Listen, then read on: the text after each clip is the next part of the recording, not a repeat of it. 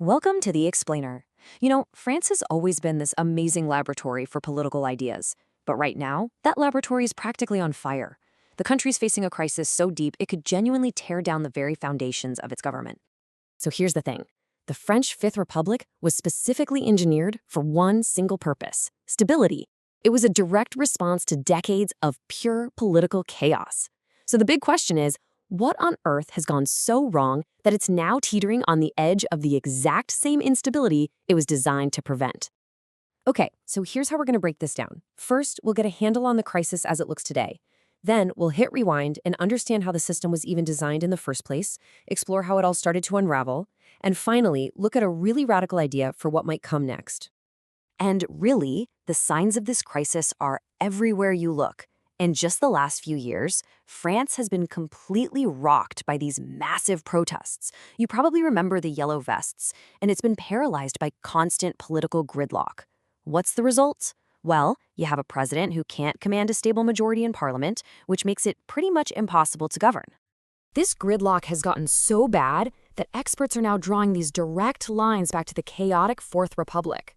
That was the period right after World War II that was just defined by political paralysis and these weak, revolving door governments. It's literally the one thing this whole system was built to avoid. To really understand what's going wrong, you have to go back to the beginning, back to 1958 and the founder of the Fifth Republic, the iconic Charles de Gaulle. Okay, now this slide is really interesting because it just perfectly frames the success of de Gaulle's design. Look at the Fourth Republic. It lasted a mere 12 years. The Fifth, on the other hand, has now been around for over 65 years. I mean, that's a level of longevity that actually rivals the famous Third Republic. For a very long time, this was a massive success. So what was de Gaulle's solution? It was this pretty unique invention, the semi-presidential system. It was really designed to be the best of both worlds. The idea was to give France a strong, authoritative leader in the president, but also keep a democratic parliament with its own prime minister. And this created this fascinating and, often tense dynamic that journalists started calling a political marriage.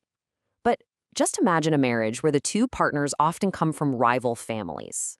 That's what you get when a president from one party has to work with a prime minister from another. It creates this constant power struggle over who's actually in charge.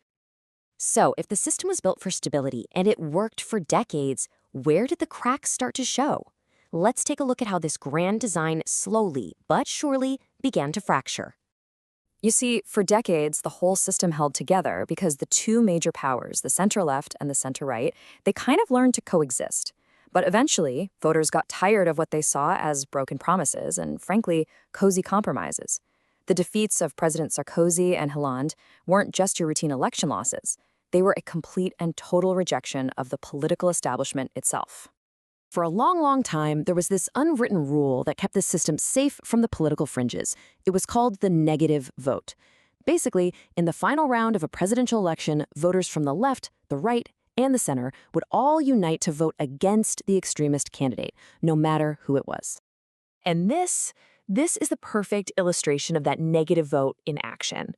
Back in 2002, the far-right candidate Jean-Marie Le Pen actually made it to the final round. The response was a political tidal wave.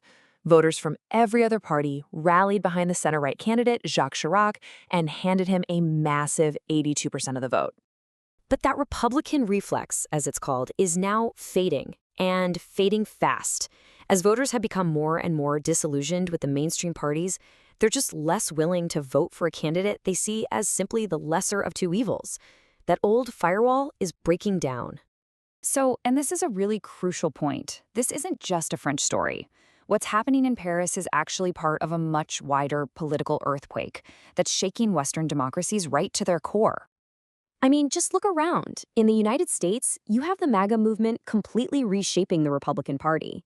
In Germany, the far-right AfD has shot up, emerging from the traditional conservative bloc.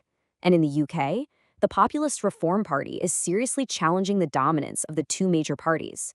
The old center is crumbling pretty much everywhere. This really profound crisis has led some thinkers to ask a pretty radical question. What if the Fifth Republic is just beyond repair? What if France needs an entirely new system? What if it needs a Sixth Republic? Now, it is super important to understand that what we're about to talk about is a thought experiment, okay? This isn't a current political proposal. It's a hypothetical scenario, a way of imagining one possible path out of all this gridlock.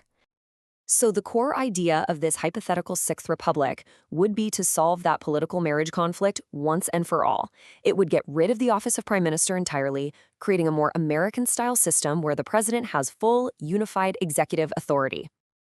Of course, the French have this deep-seated historical fear of dictators. The ghost of Napoleon is never too far away.